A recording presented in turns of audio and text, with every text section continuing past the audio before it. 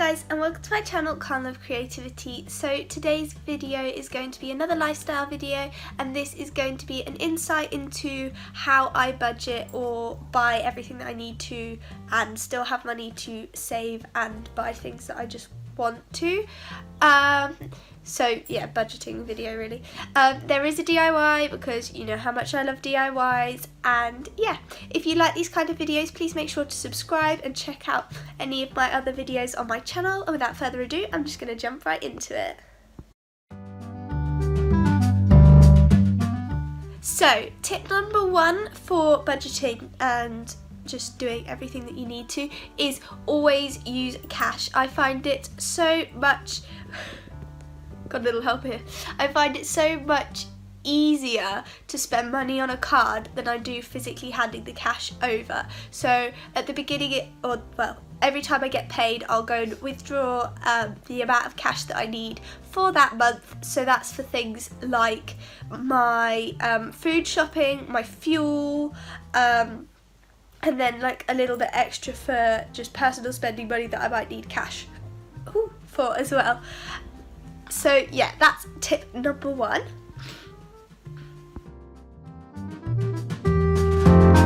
Tip number two is when you are using cash and things, make sure to save all of your change. So what I mean by that is I'll only have about £2 to £3 in my purse in cash, like in pennies and coins and things at a time, and that's purely for like £1 of that for the shopping trolley, and then the rest in case I need to pay for parking somewhere. So the rest of the time, what I will do is not pay for anything with like pound coins or things like that.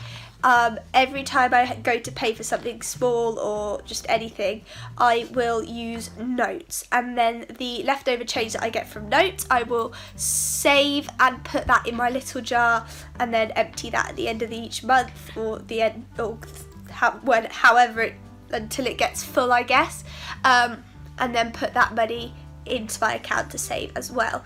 So that's a really good way, and it really stops you from buying useless stuff that you don't really need, because you're thinking, oh, do I really need this? Is it worth splitting like a £5 or even a £10 note over and losing that out of your purse or not?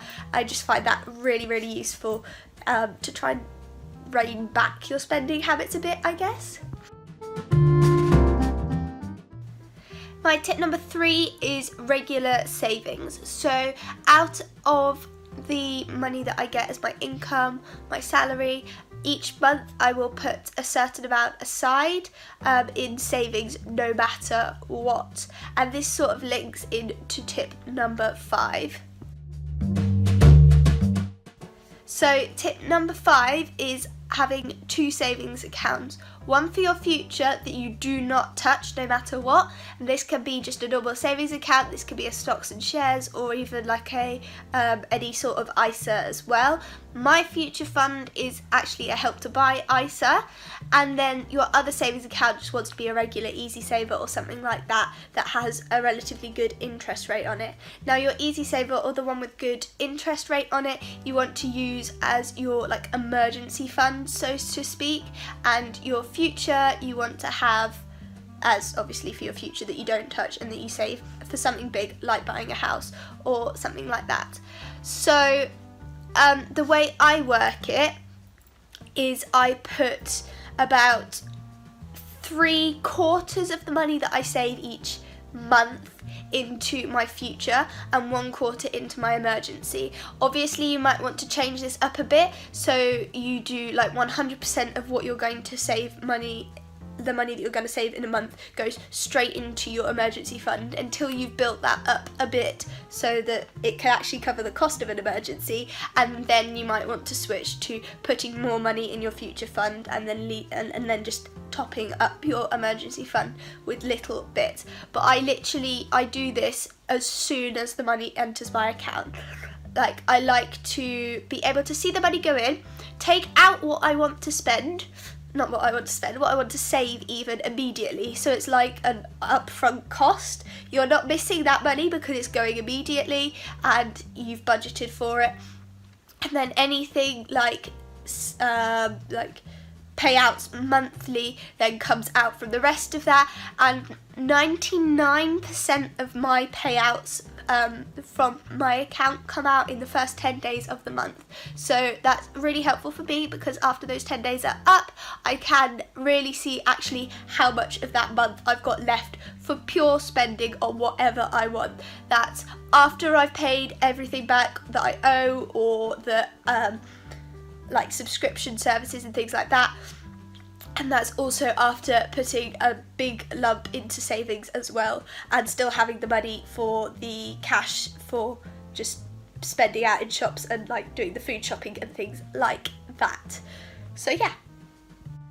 So those are my 4 tips to really sticking to and starting and sticking to a budget and just living your best life for as cheap as possible, because that way you're not like cutting things out, like going out for maybe like for a Costa or something like that, because you've still got your personal allowance of money, or it could come out of your food allowance, whatever you have allowed yourself. So yeah, you're not limiting yourself, you're still allowing it, it's just reducing the amount maybe, and you can keep track of where your money's going a heck of a lot easier, and it's just really effective, I think. I find it less easy to overspend and things like that as well. So I hope that you guys find these tips really, really useful. I do actually have a DIY as well, which I will show you guys right now, just for saving those extra pennies that come out of as change, because then you can put that into your account. And there's like loads of, I know Sainsbury's in the UK have them anyway. They're called Coinstar machines, and you can take all of your old, like, well, not even old, just your current change and like pennies and pounds and things, any coins, and put them all into this machine, and then it will give you a receipt with how much money like it's counted, and then you can go to the customer service desk and they will give it to you in cash, which is obviously only really worth it if you're gonna have enough change to get a note back, but otherwise it just reduces the amount of change you have, which can be quite helpful as well. But I know most of the banks do it as well, so just another thing to bear in mind. But this DIY will help you save up all those pennies and get ready to have some more money, basically. So yeah, let's roll it. So you want to start by grabbing your jar and any sort of scrapbook paper. I'm having to sellotape mine in half so that it goes all the way around the inside of the jar, and mine's actually a little bit shorter than the height of the jar, just because of the taperings at the top and bottom of the jar. Then you want to go in and either use some stickers, or if you don't have stickers or don't want to use stickers, write out your quote or word. And I'm cutting mine out with a craft knife on a craft mat.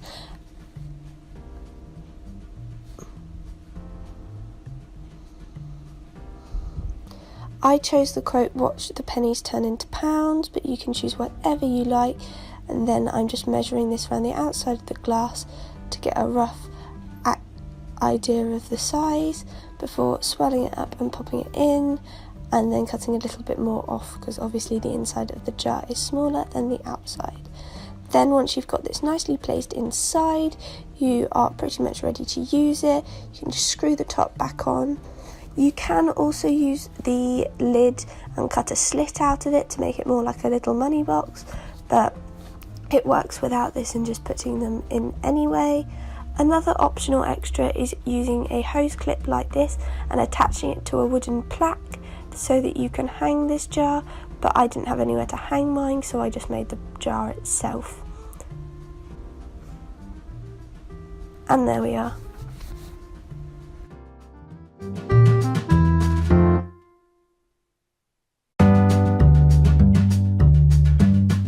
Thanks for watching this video, guys. I really hope that you enjoyed all the tips and the DIYs. If you do like this kind of video, please make sure to subscribe and let me know down below in the comments, and I will see you all next time. Bye guys!